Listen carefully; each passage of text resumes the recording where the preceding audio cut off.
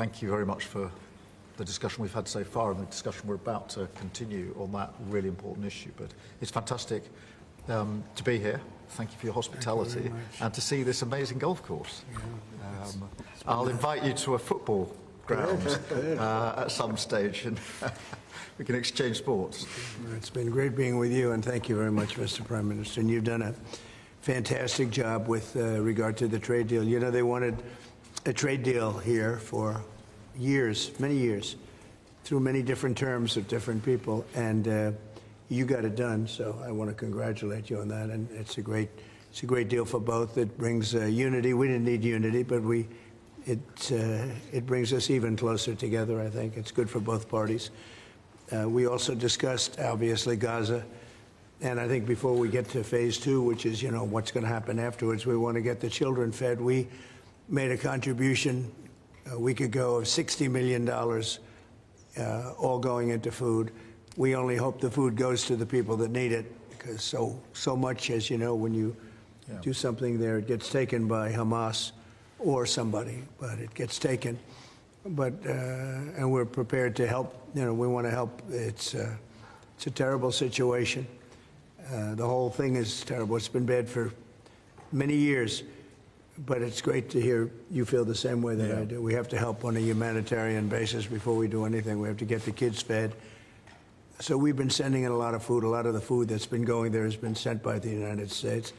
I spoke yesterday with the president of the European Union, Ursula, who was terrific also on the subject, and she's going to play a big role also in helping us. So we have a good group of countries that are going to help with the humanitarian needs, which is food, sanitation, and some other things.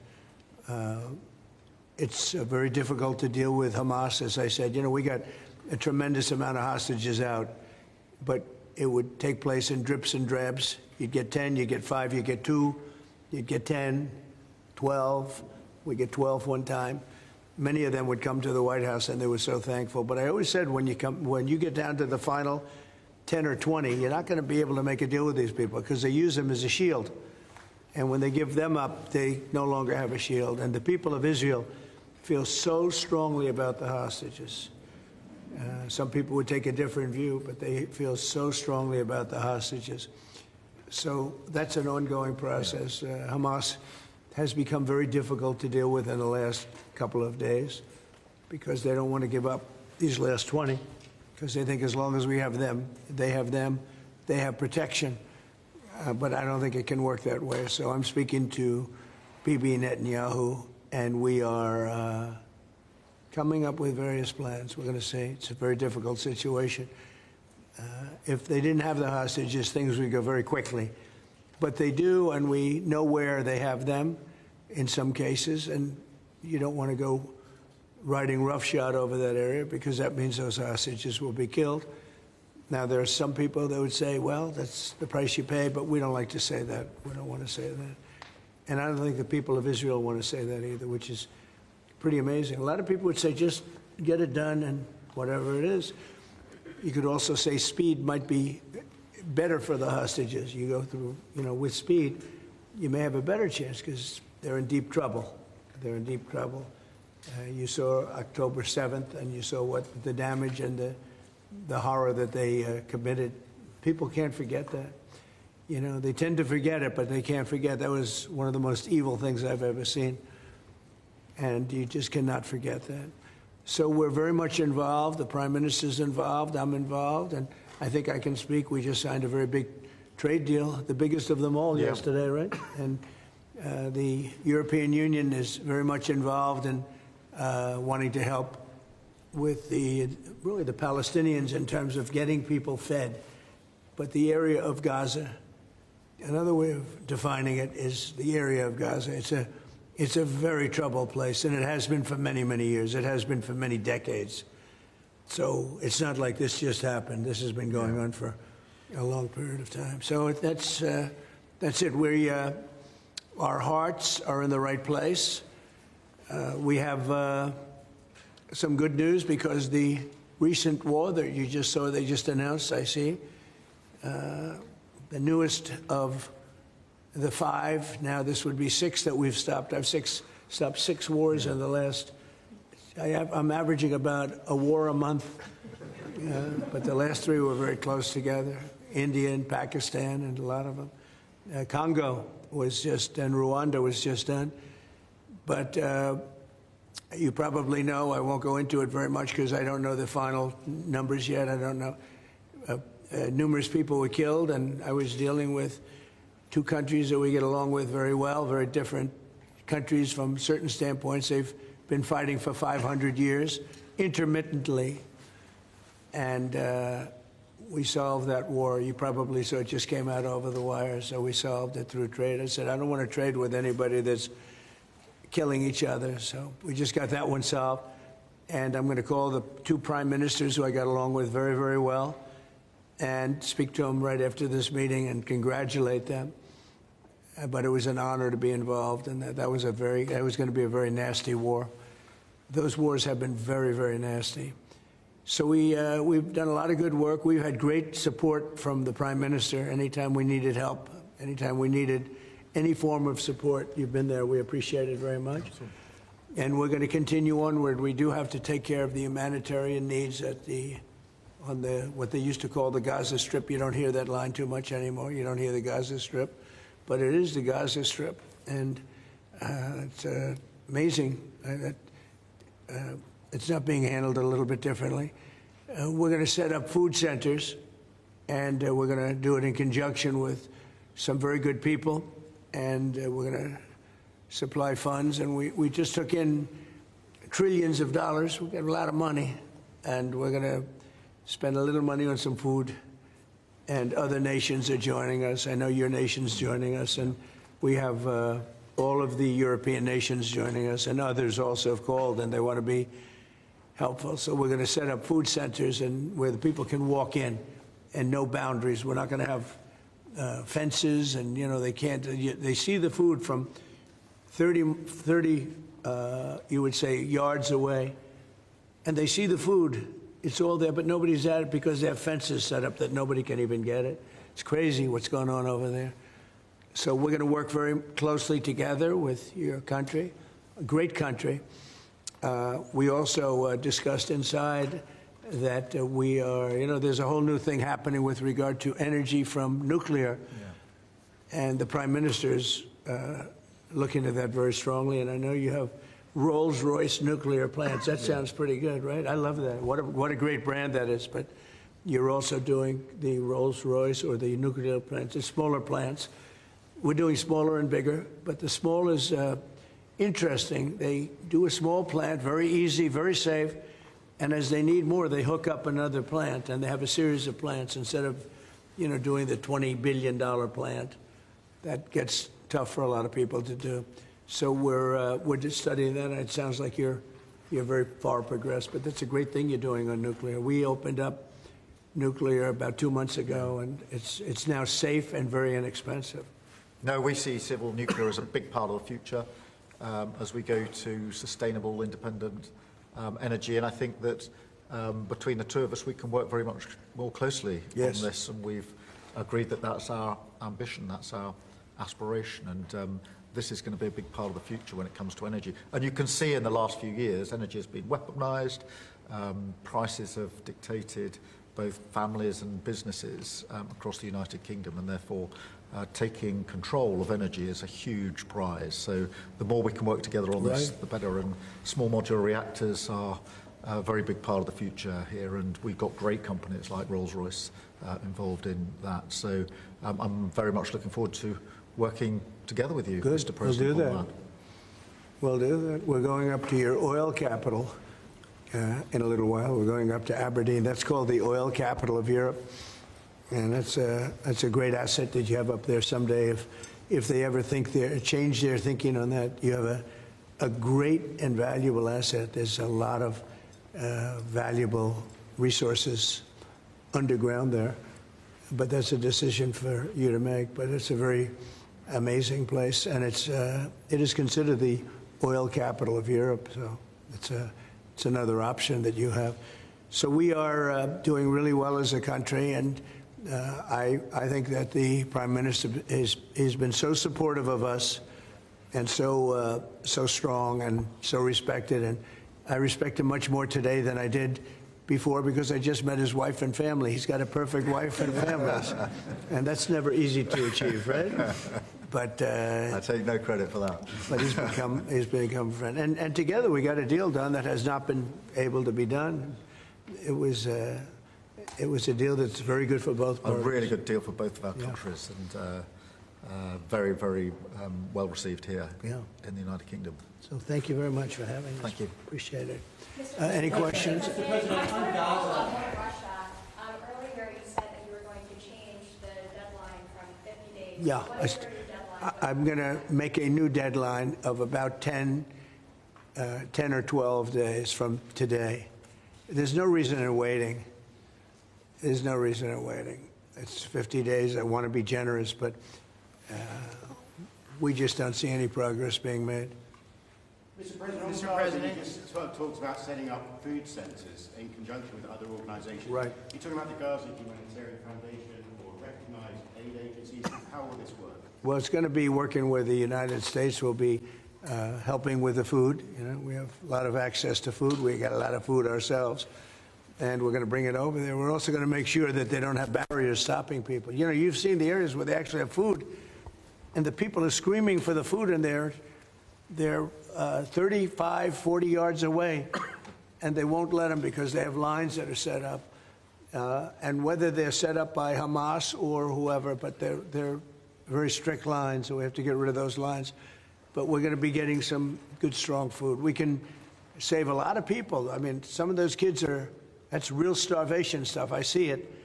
And you can't fake that. So we're going to be even more involved. We did some airlifts before, some airdrops, and the people are running for it.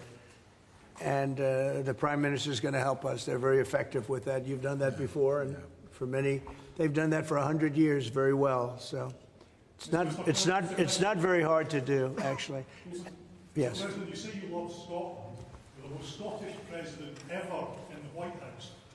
Is there a better deal to be done for Scotland, for Scottish industry, in the deal that you've done with the Prime Minister? Whisky, for example. Well, I have great love for Scotland. You know, my mother loved Scotland, and she loved the Queen. I don't know, I might hurt myself by saying that the monarchists are going to like it. Some other people, but she loved the Queen. Whenever the Queen was on television, she wanted to watch. And she would come back religiously. She'd come back to Scotland once a year with my sister Marion, primarily, and sometimes my sister Elizabeth also. But they loved this part of the world. And, you know, we're talking about the Isle of Lewis. We're talking about serious Scotland. That's serious Scotland. There was no doubt about it. So, yeah, it gives me a feeling, you know, it's different. You go to another country, you have no relationship to it. You get to like maybe the head of the country or something. But it's different when your mother was born here, Stornoway, right in Stornoway, a beautiful little place. Is there a better deal to be done for Scotland, for whisky, for example? Because of your love of Scotland, is there a better trade deal to be done for Scottish businesses like whisky? Well, I assume when we do our trade deal overall, a lot of it comes to Scotland, I hope. Maybe all of it should go to It's Scotland. a very good deal for the whole United Kingdom, and we're already achieved great things under the deal, and we'll achieve even more as we work together. A lot of it is Scotland. I mean, I do know that, but I mean, we're dealing with the U.K., but a lot of it comes to Scotland. And you know, I was very particular. This is a part of the world I want to see thrive. It's going to thrive. Mr. President, back to Gaza. You talk about Hamas stealing food and stealing aid. What responsibility does Israel have for limiting aid to the region? And if I could ask a follow-up to the Prime Minister, what pressure can be put on Israel? Is that something that you and the United States could work on together? Israel has a lot of responsibility. They're hampered by the fact that you still have 20 hostages or so. And the people of Israel are very concerned about the 20 hostages. It's very interesting. You could say they could be more concerned about retribution than the 20 hostages, but they really want the 20 hostages to survive and live to make it. You know, many of the hostages came to my office in the Oval Office, and I was amazed I would ask them the question, was there any sign of love? Was there any sign of, when you were a hostage and you have all of these people from Hamas around you, sometimes 100, sometimes 10, sometimes 2, but you're a hostage and you're being stored in a pipe. It's not even really, a cave, or it's a pipe, a little pipe. And some said they didn't think they were going to make it because they were losing air. There wasn't enough air, and they'd open up the pipe just in time, but they didn't do it on purpose. They just happened to open it. They got lucky. But I said, did they ever wink at you and say, like, don't worry, you're going to be okay? Did they ever give you some extra food, even if it was a piece of bread? Did they ever give you anything during that time? And some were there for 400 or 500 days now, right? It's a long time, a year and a half, more than that. And not one person said there was any love from anybody. In other words, you have hundreds of people, and you see it in the movies where somebody's a prisoner and somebody's helping. You even see it with Germany, where people would be let into a house and live in an attic in secret. You'd see signs of some. I said, did you see anything like, did they wink at you? Did they say, don't worry, you're going to be okay? I ask that question all the time.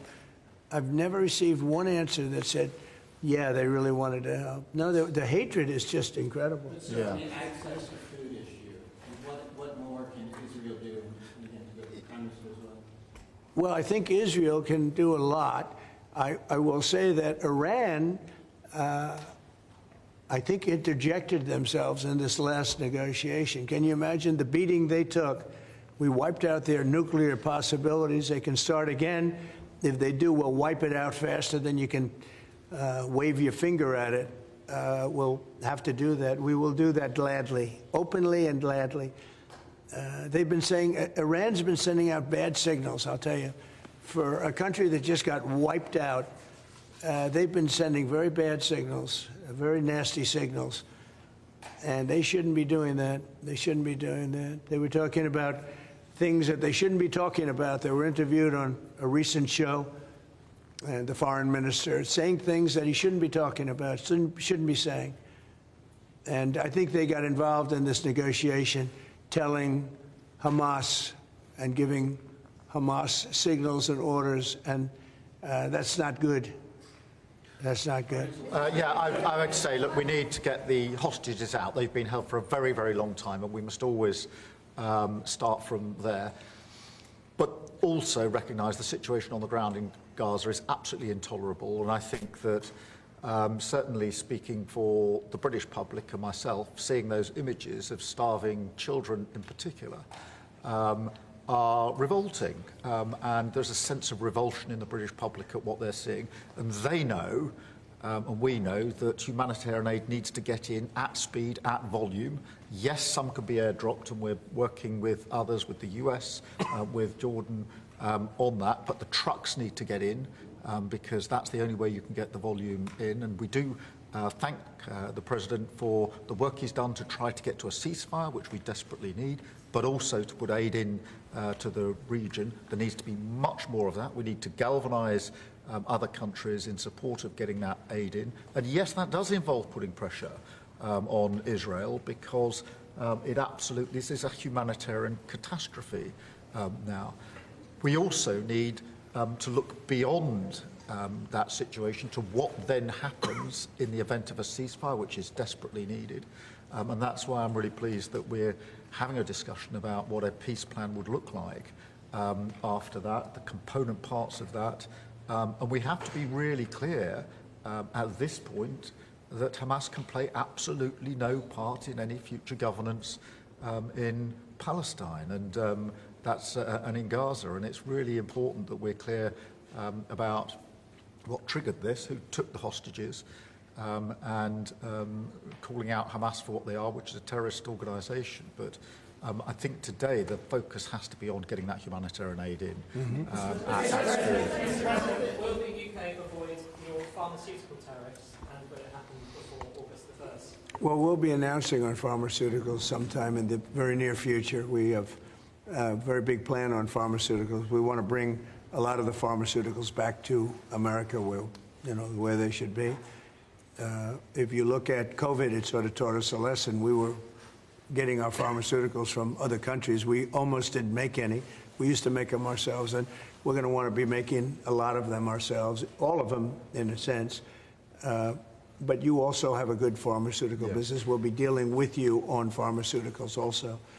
And we certainly feel a lot better with your country working on pharmaceuticals for America than some of the other countries that were with the relationship we have. You would not use that as a cudgel. You wouldn't be using it as a block.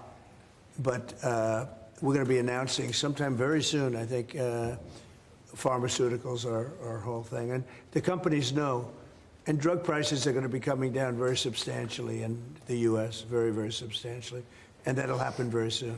Mr. President, we all sense your frustration. No, go ahead. Vladimir Putin. Hold it. We can all sense your frustration with Vladimir Putin. Yeah. Do you think he's been lying to you about his intentions in Ukraine? Well, I don't want to use the word lying. All I know is we'd have a good talk, and it seemed on, let's say, 3 occasions, it seemed that we were going to have a ceasefire and maybe peace, and you divide it up and you do whatever you have to do, that obviously to get to the end. And all of a sudden, missiles are flying into Kiev and other places. And I say, what's that all about? I spoke to him 3-4 hours ago, and it looked like we were on our way. And then I'd say, forget it, and I'm not going to talk anymore. You know, this has happened on too many occasions, and I don't like it. I don't like it. Successful social media sites. There are new powers here to censor your site, states mandate. To censor my site? To censor your site. You mean Truth? Truth Social? I mean Truth. Is that okay? Well, I don't think he's going to censor my site because I say only good things. Will you please uncensor my site? Yeah, we're not censoring anyone. We've got some measures which are there to protect children, in particular from sites like suicide sites. We've had too many cases in the United Kingdom of young children taking their own lives, and when you look through their social media, they've been accessing sites which talk about suicide and encouraging, if you like, children down that road, and that is what we want to stop. Nothing about censoring free speech, but this country is the proud free speech in this country has been for a very long time. We're very, very proud of it. We will protect it forever. But at the same time, I personally feel very strongly that we should protect our young teenagers, and that's what it usually is, from things like suicide sites.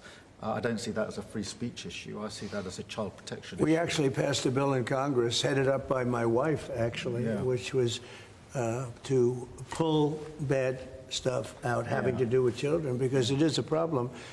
But I cannot imagine him censoring Truth Social. That's more of a very political, and it's been a very big success. Not going to happen. And I only say good things about him and his country, so they say to me, you're making a mistake. I'm going to give my ambassador the job, make sure it's not censored. I had not heard that.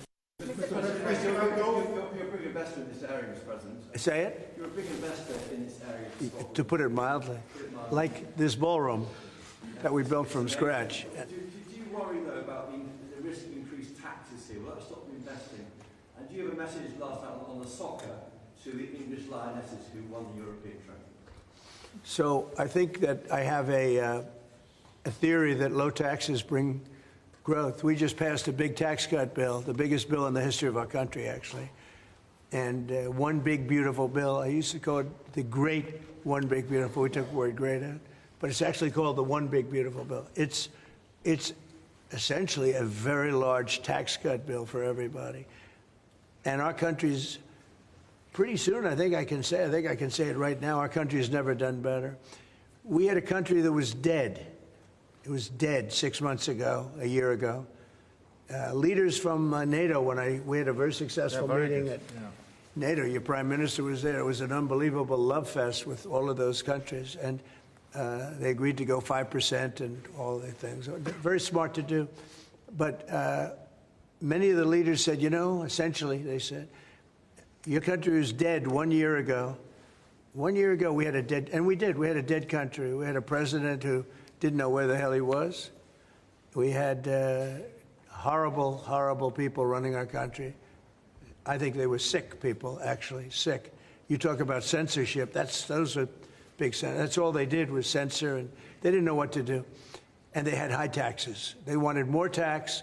total censorship, transgender for everybody, men playing in women's sports, everything bad they wanted, and they still do. That's what they still do. That's why they're down at 15% or something, I saw today, the lowest that the other part of the Democrats have ever been.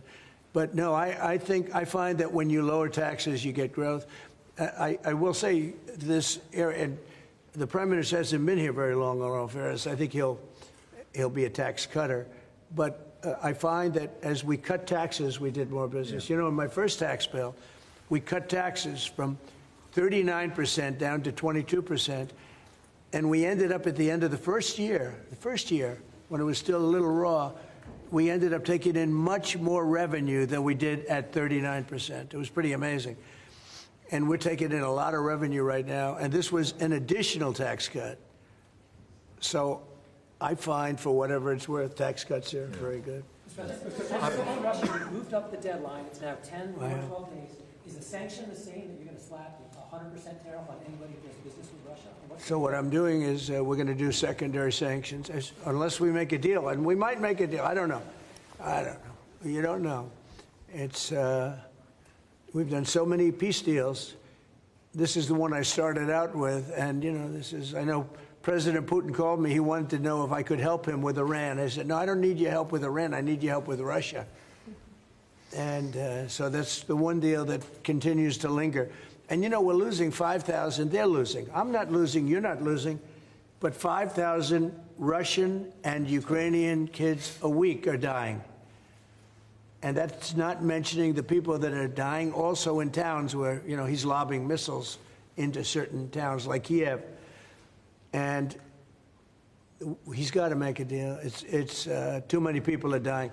It's a really bloody war. And the 5 is now, they're really telling me that number is obsolete. It's like 7. That's terrible. So you have 7,000 Russian and Ukrainian soldiers dying every single week for no reason whatsoever. So you would think, based on common sense, you would think he'd want to make a deal. We'll find out. No communication with Israel publicly. Have you had any other Ukrainian channels conversations with the Russians reiterating this? In what? Reiterating this new pressure and deadline. Yeah, well, we're going to have I mean, well, you're the press. I'm reiterating it to you. Yeah, I'd say 10 to 12 days. I'll announce it probably tonight or tomorrow. But there's no reason to wait. If you know what the answer is going to be, why wait? And it would be sanctions and maybe tariffs, secondary tariffs. You know what a secondary tariff is. And look, the Russian economy, I don't want to do that to Russia. I love the Russian people. They're great people. I don't want to do that to Russia. But this thing, they're losing a lot of Russians. They've lost 1 million Russians. And that's the, you know, sons. That's the sons and daughters of Russian families. They leave the house. They go, bye, Mom, bye, Dad, and then they get blown away. And Ukrainian, too. Look at Ukraine. It's a disaster what's happened there. But it continues to go on. As you know, we made a deal where the European Union is essentially involved, but it's NATO, and we're supplying weapons to NATO. NATO's now paying because the United States, because of Biden's in for $350 billion, the European nations are in for about $100 billion. Should be the opposite way, by the way, because we have a big ocean in between. Should be the opposite way. But I think that eventually something's going to happen. It should happen fast. So many people are dying. You know, when I settled out with Congo and Rwanda, they lost almost 8 million people. And it just made so much sense. And if I didn't get involved, they wouldn't have done it. They weren't even thinking about settling it. It was just going on forever. And nobody could go into those territories because they'd get killed. They'd get killed. And now they have I hear it's a whole different ballgame. We settled it. This is one that should be settled. Russia, Ukraine.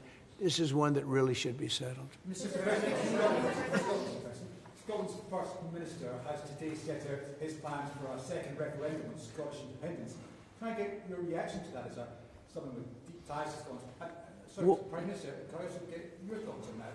If the SNP do win a majority in next year's election, then they have the right to hold a referendum, you know? Well, I don't want to get involved in your politics. We got enough politics our own. I will say that I predicted what was going to happen the last time. You remember? I was opening the first course over at Aberdeen, and I was over here, and at the same time, and they asked me that question. I made a prediction. It was the day before the vote, and I made it correct. I like to be correct, but I made a correct prediction. I don't know. I do say that when they made that deal, somebody said that it was, and I remember this very distinctly. I said, could they do this all the time? There was a little bit of a restriction, like 50 or 75 years before you could take another vote. Because, you know, a country can't go through that too much. I don't know the First Minister, but I've heard great things about him. I've spoken to him. I hear very good things about him, and I'm meeting him today. So maybe I'll have a better opinion then. And let me answer that straightforwardly, because I believe in a stronger Scotland, in a better United Kingdom. And I think that at a time like this, when it's quite clear that there's uncertainty and volatility around the world, the strength of the United Kingdom together is very important for all four nations, very important for Scotland.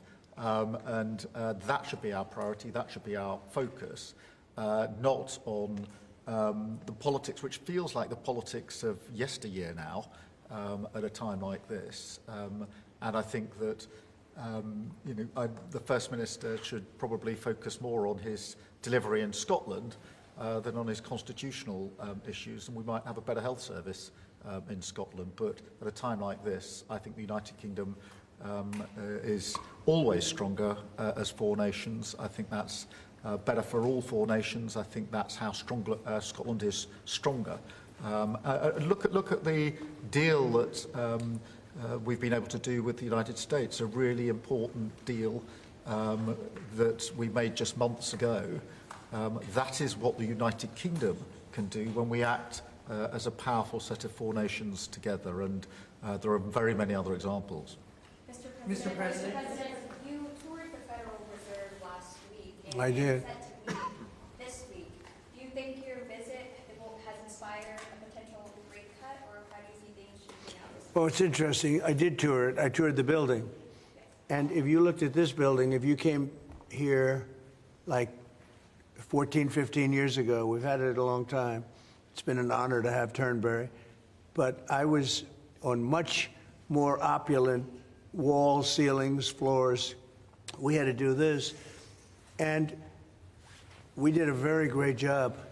I mean, you see how beautiful it is inside. Everything was saved. Everything was preserved. We had ceilings that were in bad shape. They were falling down. You know, it's very old. Wasn't properly maintained. Now it's brand new and beautiful. And we saved everything. If you really think here, you took a look and you were sort of commenting the coloring. Now, this is a brand new building. But if you look outside, it's equally opulent and beautiful. And we didn't do that by spending, hundreds of millions of dollars in surrounding a railing underneath an area that you're painting. I mean, I've never seen anything like it. Brand new, beautiful plywood, very expensive, wrapped around a figurine or a railing to preserve it. But you don't have to do that. You can just wrap a cloth, they call it a blanket, and you don't even have to do that if you're careful when you're doing the ceiling. But I don't know what they did. They'd take down a ceiling and put up a new ceiling, and the new ceiling had no opulence to it. Or they'd fix the ceiling. But I would say that all I need is a good plaster and a can of paint. And, they spent $3.9 billion. And I spent a lot of money, too, but it's I'd say 3.8 billion less, meaning I spent probably $100 million making this place incredible. And you were saying a lot of that was local trades. I used local trades. We were looking at the windows, I think, in the next room. I had local trades do a lot of this. We have the most opulent windows next door, and I had a choice. Do I take them out? And, they've suffered through 125 years of storms. You have very big storms in this area. When you have a storm, you have a storm. We do it properly. And they made it, barely, but they were in bad shape. So I had some local people come up, and we looked at them. You have some great craftsmen here, I think is what you're getting at. And they said, sir, honestly, they've had it. we can copy it and do it much better. And they did. If you take a look at the windows in the various dining rooms, they're magnificent, and they're new, and they're much better looking than what was there. Same exact look, other than a much higher quality. And they're local people. I use a lot of your local people. You have really great local tradesmen here. Yes. But do you foresee a rate cut this week? Do you expect A rate cut, meaning a tax cut? No. Do you expect the Fed to cut rates this week? Oh, I think he has to. You had 11 cuts. You know, in Europe they had 11 cuts. In other places they had 10 or 11 cuts. And we had none, but I'm not going to say anything bad. You know, we're doing so well, even without the rate cut. With the rate cut, it would be better. It affects our housing a little bit. Look, we should be 3 points lower. Each point is $360 billion. Can you imagine that? That's big numbers. Each point, 1 point of cut, is the equivalent of $360 billion in savings. That's big stuff, you know. Those are big numbers in the U.S. Everything's big. He should cut. A smart person would cut. You know, he leaves very soon, so it's like one of those things. But I'll miss him greatly. I'll miss him. Turnbury, if I may, have you or will you enlist the Prime Minister in your effort to bring the open back to Turnbury? And Prime Minister, you described this beautiful cause. Do you agree with the President that it's time to bring the open back to Turnbury? Well, as you know, that's not a matter directly for me. That's for the sporting authorities. But look, I mean, it is the first time I've been here. It's absolutely magnificent, both inside and out, and looking at the courses itself and the building. It's incredible. But the decision on the Open is not a decision for me, as you'll understand. I should just pick up on the earlier question, because I, for one, will say congratulations to the Lionesses. Last night, our women's football team won the Euros, well, defended the Euros, I should say. It's a big story. Which was a really big success, and the mental and physical resilience that they showed was quite incredible. So it's a big deal. There's a lot of bunting out today and tomorrow to celebrate them bringing that cup home.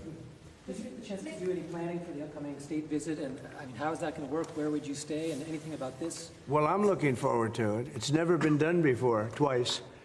We had our original at Buckingham Palace, and now I guess we're going to Windsor. And it's never been done. And I'm a big fan of King Charles. I've known him for quite a while. He's a great guy, a great person. He looks really well to me. He looks great. So we look forward to coming over. It's going to be. It was one of the most beautiful evenings I've ever seen.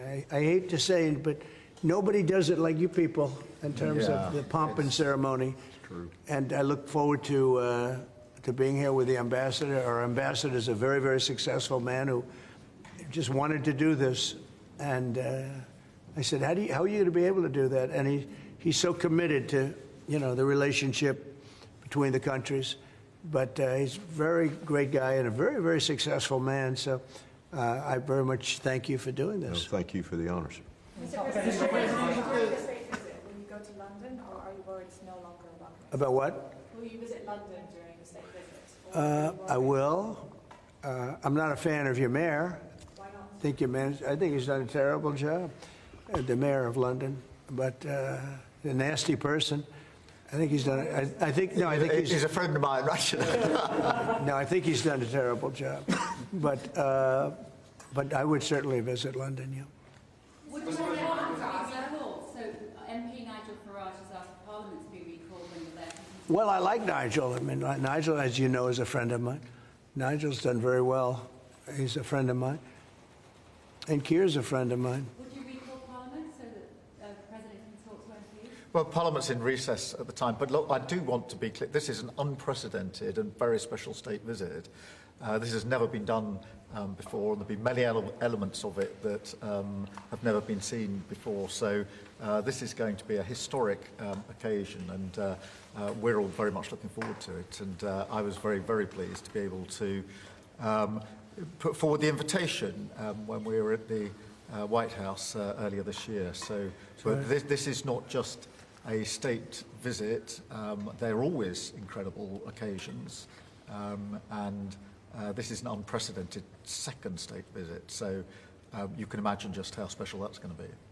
The fact that it's never been done before, and that's because it's non-consecutive, and it's the only reason it could be, made it even more interesting, frankly. So it's going to be great. And being with Charles and Camilla and everybody, I've gotten to know because of 4 years and now 6 months. Gotten to know a lot of the family members. They're great people. They're really great people. And in that sense, I think that the U.K. is very lucky. You could have people that weren't great people. I don't know if I'd say that, but you could have people that weren't. But we're very lucky to have our royal family. They're absolutely fantastic. So we really look forward to that. As far as Parliament, if he wants me to speak in Parliament, I'll do it. Okay? But it doesn't have to be then. It could be some other time. Maybe we should save it for another time. Well, we'll let the one visit speak for itself. But anytime, if I could be helpful, I would certainly do it. Thank you. Mr. President, with the EU deal, alternatives are you considering to get the hostages out if there's no ceasefire? Well, there are a couple of alternatives. Some are pretty strong, but the most sensible alternative is talk and negotiation. But I said a long time ago, at a certain point, they're not going to be talking because they're going to lose their shield. The hostages are a shield for them. They did horrible things on October 7th.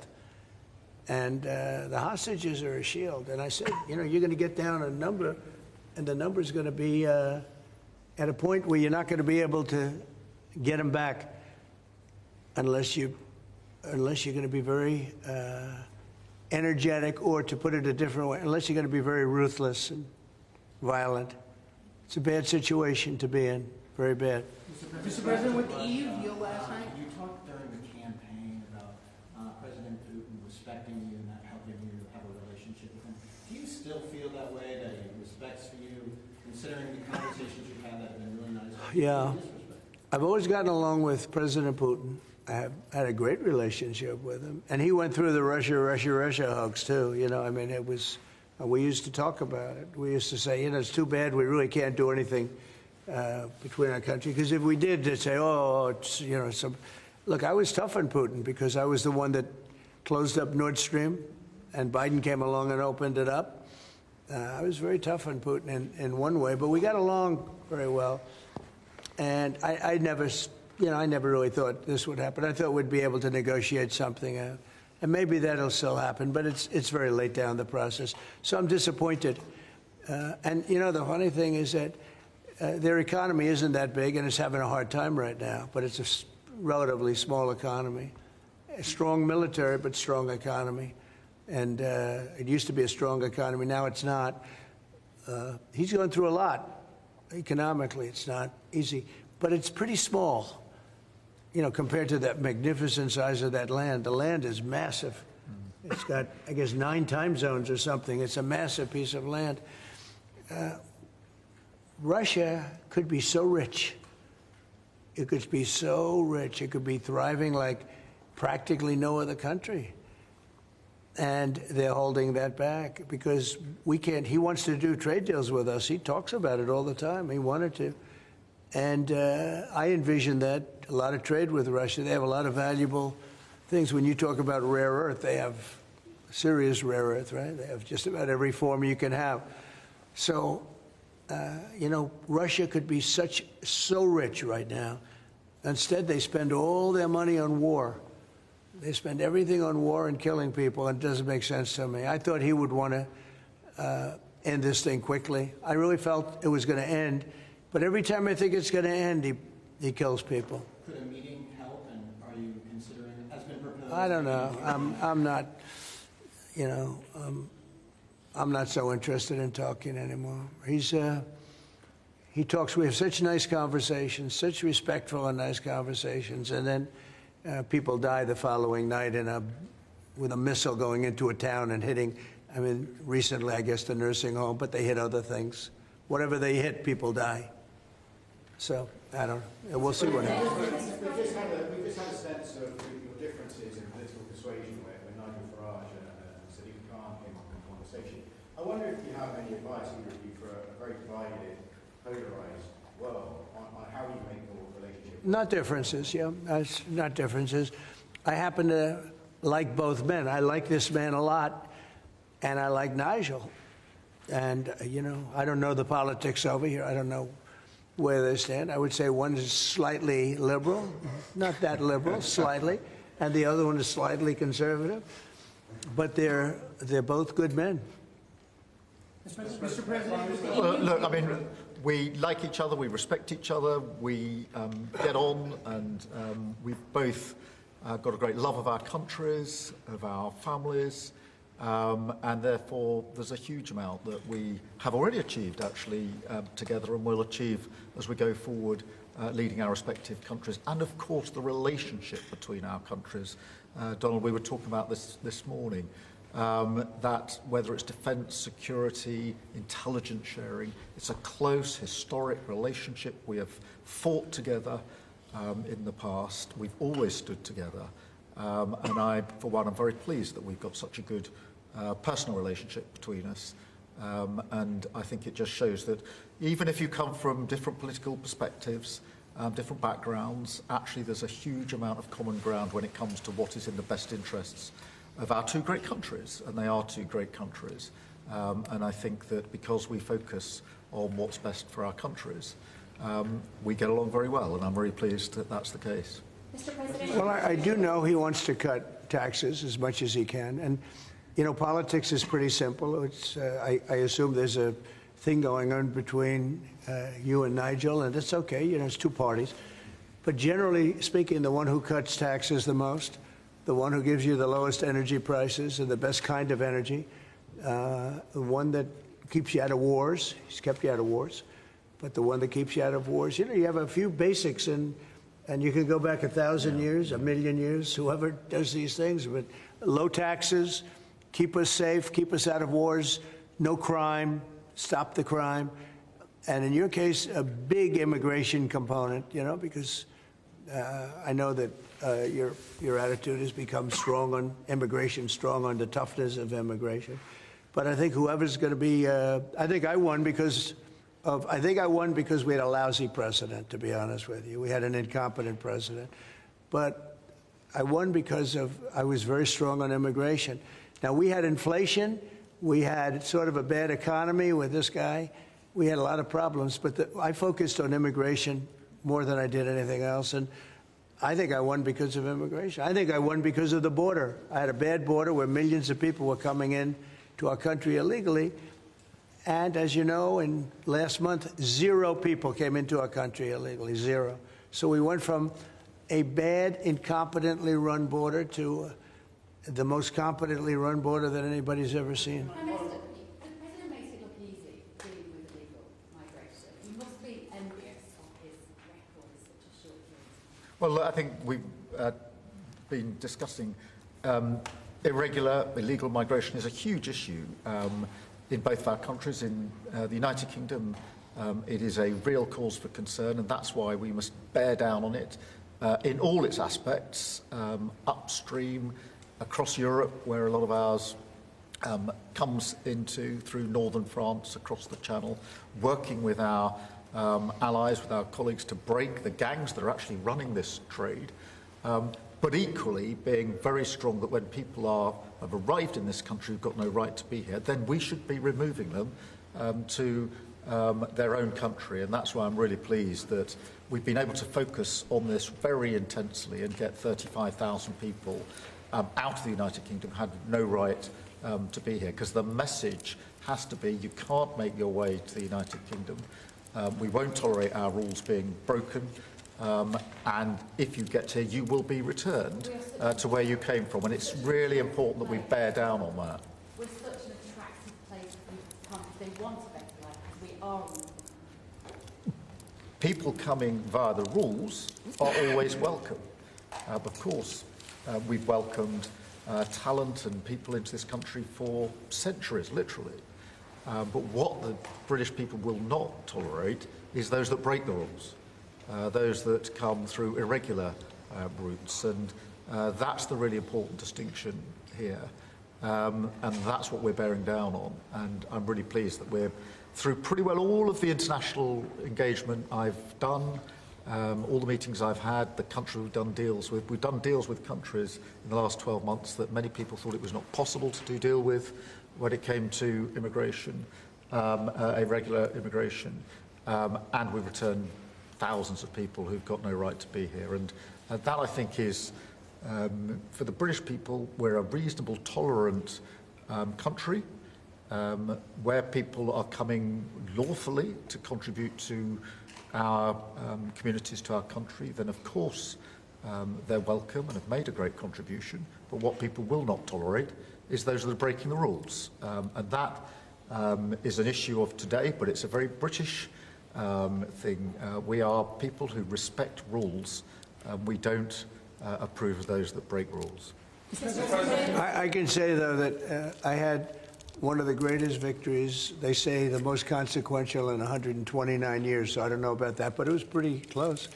And we won all of the swing states, which never happens. We won the popular vote by millions of votes. We won, you know, tremendous electoral college sweep. And I believe I did it more than anything else because of my strong stand on immigration.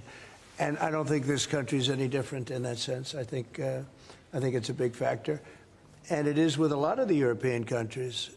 Some of the countries have, you know, have lost their way, and they have tremendous crime because of it. I mean, you had countries with no crime that now have tremendous crime. And you know the countries, and I know the countries. And so I think it's a huge factor in any election, not just this election, but in any election. I think the one that's toughest and most competent on immigration is going to win the election. But then you add low taxes and you add the economy. He did a great thing with the economy because a lot of money is going to come in because of the deal that was made. But I think that immigration is now bigger than ever before. Mr. President, your Treasury Secretary is meeting with Chinese trade Right now. Right now. Have you received an update? Do you expect a deal when these talks are over, especially with the August 1st deadline? No, they're meeting right now. And, you know, we have a good relationship with China. But China's tough. And like you're tough, you know, we're all tough, yes.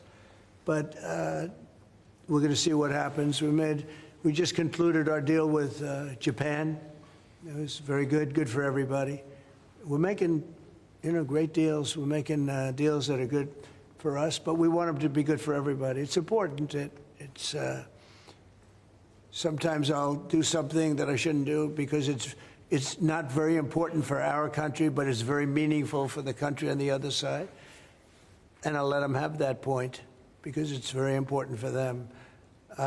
So I don't know, but we've made a lot of deals in the last couple of months. And then ultimately, as you might as well know, we're going to because we have, you know, you have 200 countries, more, but people don't know that. You got a lot of countries. And I wouldn't want to sit down with 200 people and have to deal the way he was calling me all the time. We want this, we got to have that, these are tough negotiators. These are, you know, look, they're smart people, they're tough negotiators. They know what they want. And, but we're going to be setting a tariff for essentially the rest of the world. And that's what they're going to pay if they want to do business in the United States. Because you can't sit down and make 200 deals. But we've made the big ones. We just finished Indonesia. They opened up their country. We just finished Japan. They opened up their country. You know, Japan opened up the country. They were totally closed. They opened up to our cars, even to rice. Rice was a big deal. They would never take anybody else's rice. They're taking rice. But they opened up their country. Philippines, we just finished. They opened up their country. They were very closed. I'd love to see China open up their country. So we're dealing with China right now, as we speak. Yeah, we're dealing with China right now.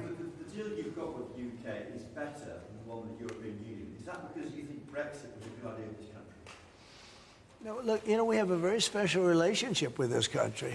Like, you know, my mother was born here. And not only born here, loved it. She'd come back, I told you, religiously every year. And she'd go up to Stornoway and see her relatives. But she loved the country. Yeah, it probably has, it always has an impact. Always has an impact. But, you know, Germany has a new leader, and I think he's terrific. I think you like him, too. Yeah, I think he's terrific. My father was born in Germany. Or his Germany was, his parents said, we're just out. But So you know, you have a lot of feeling for this part of the world. I do. I want to see this part of the world do well. Germany, Scotland, U.K. I want this part of the world to do well. All of the nations. You know, you do feel a certain. You have a warm feeling toward a part when your parents are born essentially here, and I think maybe it's slightly different.Maybe it's not. I don't know, but maybe it's slightly different. Mr. President, we didn't completely rule out a pardon for Ghislaine Maxwell who landed. Is that something you would ever consider, and why? Pardon for who? For Ghislaine Maxwell. Well, I'm allowed to give her a pardon, but nobody's approached me with it. Nobody's asked me about it. It's in the news about that aspect of it, but right now it would be inappropriate to talk about it. So, Mr. President, your opposition to offshore wind is well known. In Scotland, wind is a disaster. But in Scotland and across the UK, wind farms. I know, it's a shame. It's not his fault.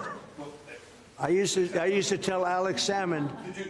Have you spoken to the Prime Minister, and will you speak to the first? Well, all I can do is give my look.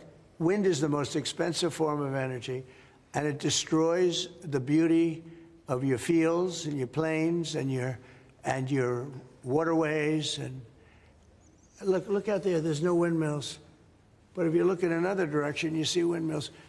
When we go to Aberdeen, you'll see some of the ugliest windmills you've ever seen. They're the height of a 50-story building, and you can take 1,000 times more energy out of a hole in the ground this big. This big. It's called oil and gas.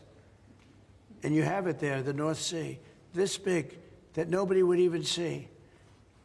You can take 1,000 times more power because the wind is intermittent. It doesn't work. It's extremely expensive. All the windmills are made in China. They used to be Germany and China. Now they're mostly in China. They all come out of China. They say that the blades, which are carbon fiber, you can't bury. Oh, okay, you can't bury. What are you going to do, dump them in the ocean someplace?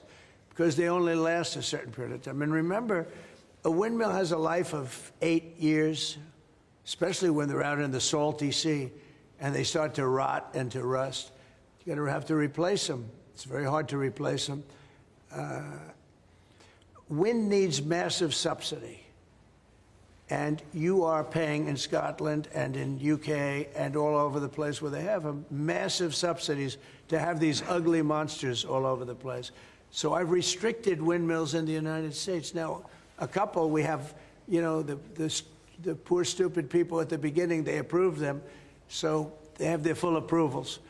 But I've restricted windmills in the United States because they also kill all your birds. You know, they wipe out. You know, it's interesting. If you shoot a bald eagle in the United States, they put you in jail for 5 years. And yet windmills knock out hundreds of them. They don't do anything. You explained that. So it's a very expensive energy. It's a very ugly energy, and we won't allow it in the United States. So we believe in a mix, and obviously oil and gas is going to be with us for a very long time, and that'll be part of the mix. But also wind, solar, increasingly nuclear, which is what we've been discussing this morning, civil nuclear as we go forward. The most important thing for the United Kingdom is that we have control of our energy, and we have energy independence and security, because at the moment, whatever the attributes and facilities in the North Sea, that is sold onto the international market. We buy it back off the international market. That was a historic mistake in my view. But what we need is a mix so that we get the energy security that we need for the future, and that's the focus of everything that we're doing. But what we have discussed today is that the energy prices are too high, which is why we recently took measures to reduce the energy prices, particularly for energy-intensive businesses. But in the long run, the only way to reduce your energy prices is to take control of your energy, and that's what we're doing, taking control of our energy. Mr. President, King Charles, who you are a great friend of, is a big fan of eco-projects, windmills, as you call them. Is he wrong? So King Charles is an environmentalist, I will tell you. And I say that in a positive way, not a negative way. And every time I've met with him, he talked about the environment, how important it is. And I'm all for it. I think that's great, you know. King Charles, more than anything else, loves the country. But I got to know him very well. He truly is an environmentalist. He wants clean air, clean water, you know, all of the things that we all want. Mr. President, you have said that you have not been briefed on the Epstein files, or your name has not appeared in the Epstein files.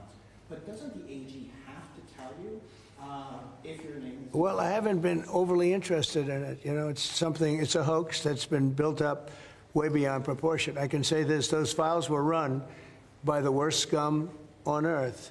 They were run by Comey, they were run by Garland, they were run by Biden and all of the people that actually ran the government, including the auto pen. Those files were run for 4 years by those people. If they had anything, I assume they would have released it. The whole thing is a hoax. They ran the files. I was running against somebody that ran the files. If they had something, they would have released. Now, they can easily put something in the files that's a phony. Like, as an example, Christopher Steele, a person you know well, happens to be from your country. But Christopher Steele, as an example, wrote a book, a dossier. We call it the fake news dossier. And the whole thing was a fake. The whole thing was a fake. They can put things in the file that are fake.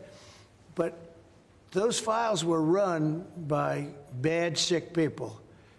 If they had anything, why didn't they use it when I was killing Joe and then he gave out because he was 25 points down? And then I got somebody new. Nobody even knew anything about her. She was a horrible vice president. She was a border czar, but she never went to the border. She never once called a border patrol agent to find out how we're doing, but she was the border czar. Her name was Kamala. Nobody knows her last name. It was Harris, but nobody knew her last name. So I ended up, how would you like to end up in a race where you're killing somebody, you're beating him, and then they say, all right, we'll take him out. He's not working. Let's put somebody else. And then she had a 6-week honeymoon. It was amazing. They predicted she will have a 6-week honeymoon, and she did. And then she got slaughtered. But think of it. Those files were run by these people. They were run by my enemy. If there was anything in there, they would have used them for the election. Yeah. Do you think that drawing, I think I heard you say something the other day, that the drawing that was the subject of the Wall Street Journal report. I don't do drawings. I'm not a drawing person. Do you think it was fraudulent? I don't do drawings. Sometimes people say, would you draw a building? And I'll draw 4 lines and a little roof, you know, for charity stuff. But I'm not a drawing person. I don't do drawings of women, that I can tell you. They say there's a drawing of a woman, and I don't do drawings of women. And also, you know, Epstein was always a very controversial guy. I was at a very high position, you know, pretty much all my life. In all fairness, I've been doing this for a long time.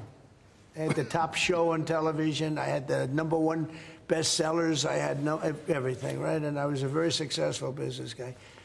He was a very controversial. Who would do a controversial drawing? Now, with that being said, they say there were many letters done by many people, and in many big people, you know, big successful people. But I just don't. When you talk about files, I just keep going back, and other people too. Even the enemy says this thing is not correct, because if we had it, we would have used it on the guy. It's a bad issue.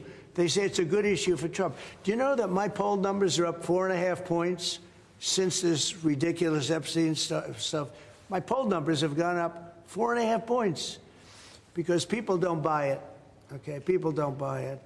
And he's gone, and we want to focus on trade deals. I want to focus on the deal we just made with the European Union, which is the biggest trade deal in history. It's the biggest deal, I think, in history, not just trade deal. So if they would have had something, they would have used it, yeah. People keep writing stories about the time he threw him out of Mar-a-Lago. Can you settle that? What was it about? What caused the breach with him? That's such old history. Very easy to explain, but I don't want to waste your time by explaining it. But for years, I wouldn't talk to Jeffrey Epstein. I wouldn't talk because he did something that was inappropriate. He hired help. And I said, don't ever do that again. He stole people that worked for me. I said, don't ever do that again. He did it again. And I threw him out of the place, persona non grata. I threw him out. And that was it. I'm glad I did, if you want to know the truth. Mr. President. And by the way, I never went to the island, and Bill Clinton went there supposedly 28 times. I never went to the island, but Larry Summers, I hear, went there. He was the head of Harvard. And many other people that are very big people. Nobody ever talks about them. I never had the privilege of going to his island. And I did turn it down, but a lot of people in Palm Beach were invited to his island. In one of my very good moments, I turned it down. I didn't want to go to his island. Yeah. Mr. President, on Gaza, next time you speak to Netanyahu, what will you ask him to do? Say it one louder. Next time you speak to Netanyahu, what will you ask him to do? Well, I'm going to say, look, we're giving money and we're giving food, but we're over here and we're over in the United States, and I think I can speak for the Prime Minister. We're giving money and things. He's got to sort of like run it. Well, I want them to make sure they get the food. I want to make sure they get the food, every ounce of food. I think you want the same absolutely. thing. It's an absolute focus. Because that food isn't being delivered, Mr. President. or at least all of it. You said you were going to set essentially a tariff for the rest of the world. For the world. What percent will that tariff be? I would say it'll be somewhere in the 15 to 20% range. So maybe 15 or 20, or? No, I said, I sort of know, but I just want to be nice. I would say in the range of 15 to 20%. Should also you might not make to UK steel. Probably one of those two numbers. It's not for UK and steel aluminum makers here are worried about the tariffs. Will you do anything to help them here? Aluminum? And You're a pretty big aluminum maker. Right? Yeah, that's already covered in the deal that we've agreed. So we're just doing the implementation of that. But Mr. President, when will that come down from 25% to 0? You mean on the overall, on the world? On steel and aluminum from Britain, it's 25. Well, we're going to know pretty soon. We're going to have it pretty soon. You have no idea that these people are tough negotiators, okay? But we're a big buyer of steel. But we're going to make our own steel. We're going to make our own aluminum for the most part. But we buy a lot of aluminum from right here, and a lot of steel too. Yeah. Who are you with? Who are you with? Because you're asking such a nice question. GB News, better known from GB News. Very good. Good. They're lucky. We have a lot of unhappy farmers in this country at the moment, and I'm sure the Prime Minister won't thank me for raising this. We've had changes to inheritance tax, which mean a lot of farmers feel they're going to lose their farms when they die or their father dies. How important are farmers to a country? You mean they're going to lose the farm because of estate taxes and things? So what I've done, Pay so much, they're cash poor, but they have great. I know, well, they're cash poor. They're land rich and cash poor. A lot of people are, I've had that too. Sometimes I'm land rich and cash, sometimes I'm cash rich and land poor. I like it both ways, but as they get older, I like the more conservative route. So I did something that I don't know if you can do, but it was great. I love our farmers. As you know, in our tax bill, we have a clause that's very important. We were losing a lot of farms to the banks because a loving mother and father would die and left their farm to their children or their child, but their children, their family. And they loved their family, and they thought they were doing them a favor, but they had a 50% tax to pay. So the land would get valued, and at a high number, because some of the farms were valuable, but they didn't, they couldn't quantify it. And they'd go out and borrow money to pay the estate tax, or the death tax, as it's called. And they'd overextend, and they'd lose the farm. And they'd commit suicide in many cases. No. Our levels are nowhere near 50%. They're not. We've just introduced where it's paid over many years. Works out. Well, that's good. An extra 2% a year over 10 years. So it's not at those levels by any stretch of the imagination. But the other thing that we've done, as you know, is make sure that we've got a pathway for farmers that actually increases their year-on-year income, which is the most important thing. And in all of the deals that we do, we ensure that our farmers are the central focus for much of it, particularly on the agriculture, including in the US deal, because I don't think we can go on for years saying that it's acceptable for farmers to have a year-on-year income which isn't sufficient. We've got to fix that problem.